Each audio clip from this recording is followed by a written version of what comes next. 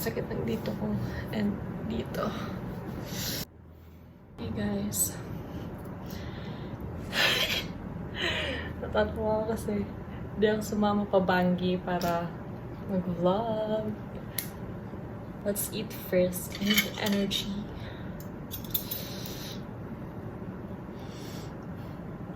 I'm barefaced right now, so don't mind it. Don't mind my haggardness. Just eat with me. Ang ulam ko ay chicken. I think this is butter chicken. Then I have a banana and a cup of rice. Tatawa ako. Bikini top na ako kasi magsisima ko mamaya. Ito ang sakit ng dito ko and dito. Let's eat.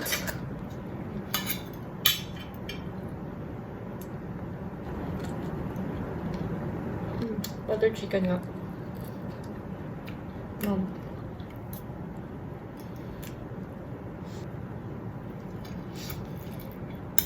What should we talk about while eating?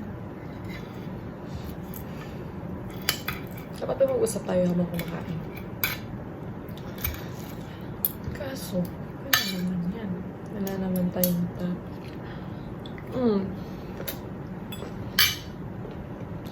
What should I say? Masarap yung butter chicken. Mas masarap sana kung may dip. Dip yung sauce. Sanay kasi ako nagdidip ng butter chicken sa ketchup.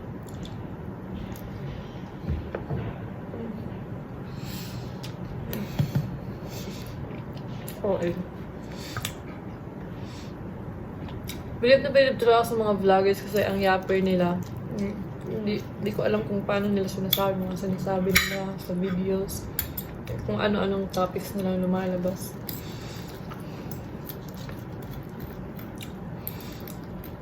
Bale, mamaya, di ko sure kung tuloy. Since nagka-aberya yung tour namin, yung third day namin. Third day ba? Ay, no, fourth day. On the fourth day of our tour, nagka-aberya kami. Kailangan naming cancel yung dalawang plants na dapat sana i-visit namin. And ngayon yung fifth day, pero di na rin ako sumama since sobrang sakit na ng katawan ko and di ko na kaya dun lakad-lakad pa. Pero thankfully, kahit nang nag-aaberya kami, is safe naman ang lahat. And yun, may iba pa rin na nakatuloy dun sa tour namin sa Bangi.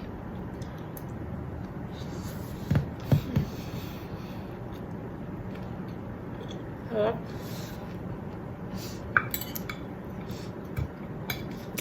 And yun, since dapat dun kami magla-lunch talaga, kami mga students na next day dito sa resort is pina-room service na lang. Kanina ko lang to na-receive na food ko.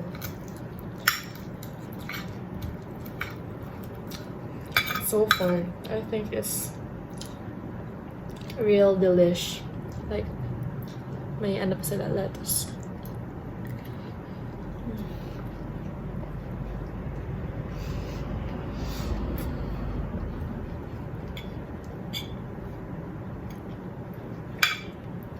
Hindi ko alam ng bagay pala i-pair ang chicken sa lettuce. Sarap siya.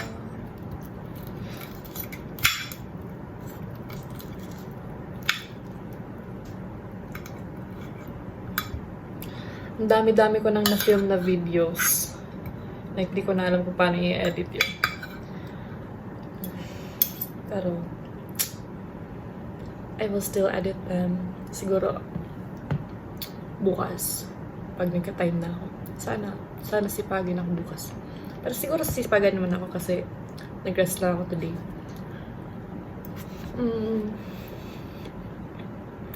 Sana makaswim ako. Sabi kasi ni madam, yung isang prof namin, is mag-rest na lang totally. Pero gusto ko talaga mag-swimming. Gusto ko ulit magbilad. Diba? May beach and pool sila dito. Amazing. And infinity pool yung ano nila. Yung pool area.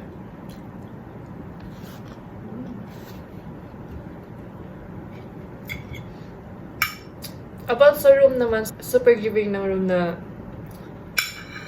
bigay sa amin dito sa playa. 4 kami dito nag-share sa room and may dalawang queen beds. So, sa isang bed, dalawa. And kaming dalawa dito ni Chasal. And dito sa isang room, ay dito sa isang bed is sila Leanne and si Milan. Mga girls.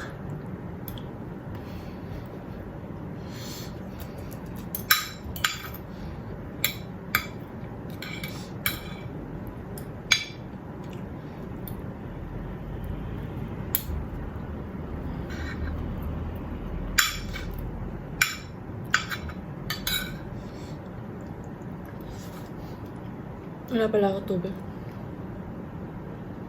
Pero meron din pala doon din lang Pocari Sweat. Yun yung inumin ko. Let me get it.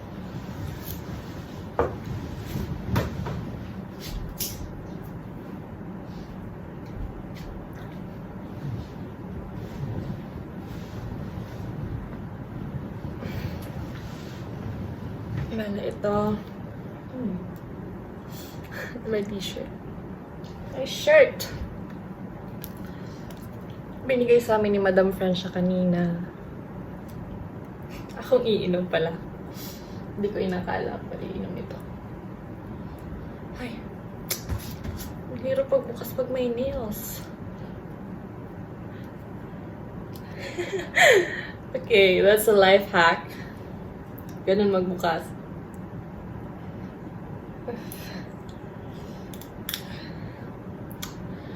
Short nails lang kasi dapat talaga ako kaso hindi ko napagawa.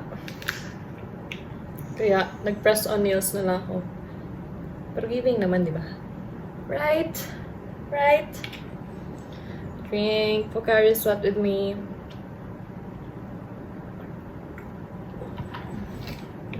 Okay. That's nice.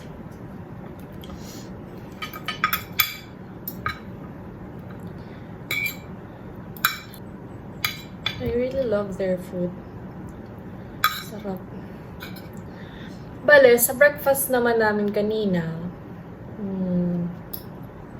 dun kami sa may pool area nag-breakfast. And ano ba yung breakfast namin kanina? Hot dog, sunny side up, and corned beef. Tatlo lang. Sa ano kasi, sa Orchid Hotel, grabe, buffet talaga nandoon. Pag kada breakfast namin, like may fruits, may milk, may juice, may water, may fried rice, may plain rice, may pasta, either spaghetti or carbonara, red sauce, and may meat, different kinds of meat, may eggs, may nuts, may salad, may fruits. Basta ang dami-daming pagpipilian. So, yun talaga yung pinaka-giving na breakfast. Like, maalis kami lagi sa hotel na busog. Pero, syempre, para mabusog ka, dapat maaga ka rin kasi para di ka magmadali sa pagkain. And ma-enjoy mo talaga yung mga various na pagpipilian dun. Sarap. Sarap talaga yung butter chicken nila.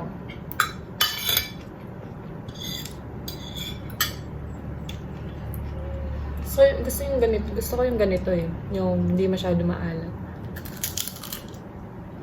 Nalasahan mo din yung butter talaga. Nanunuot from skin hanggang sa meat sa loob.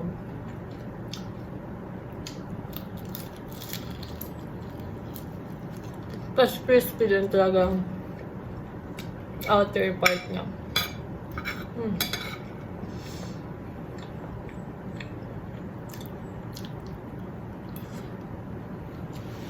So,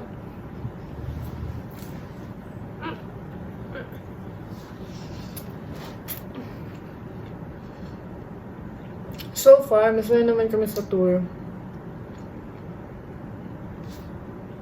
Masaya naman mag-tour. And marami kayo talaga matututunan. Especially sa field.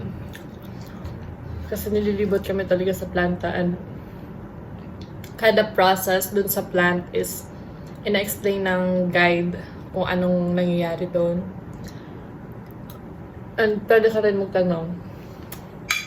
Kada explain niya.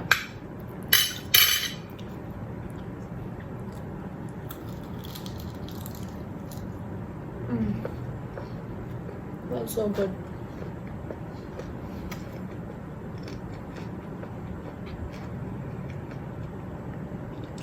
Wala pa pala ako accessories.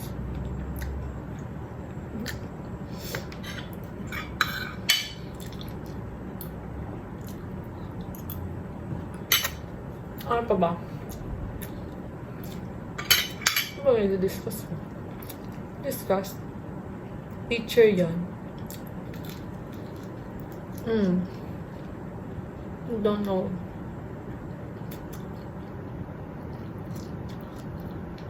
Okay. Meron din pala kaming mga side trips. Last time, nag-MOA kami after ng tour kasi dun kami nag-dinner and kanya-kanya kami dinner. Since parang walang place sa MOA na pwede mag-hold ng ilan yun, 70 students. Kaya isang area lang. Given na sobrang daming tao sa mall. So, may freedom kami nun na kumain mag-isa. Binigyan lang din kami ng budget since naka-budget din yung food allowance namin sa binayaran namin sa buong tour.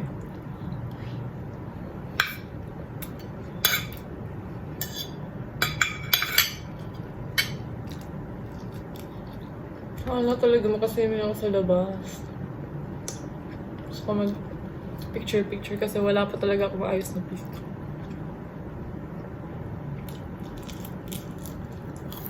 Wala ako pictures with the plant. With the company ng plant. Like, nagilang ako katayo. And then, nandyan yung name, like, may Steel Asia dito. Or, conception carrier, like, lagi na ako nakatayo. So, yan. Go to pose. Tapos, nandyan yung yung logo. Yun lang talaga mga pictures, so walang aesthetic. Ano ba? Natatawa pa rin ako na kwentuhan ko sa sarili ko. Pero okay lang, parang nag-journal lang din ako, pero in video form, diba? Nag-journal kasi ako. Ay. Oh no.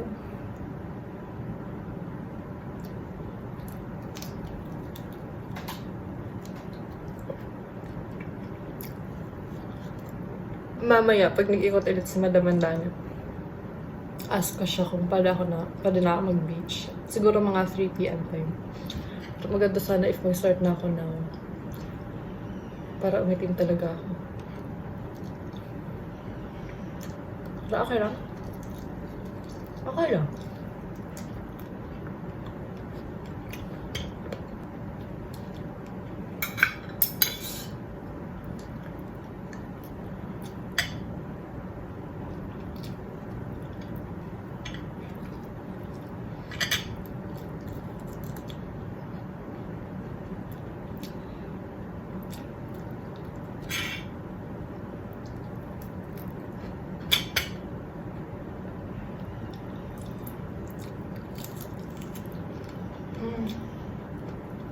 Sarap.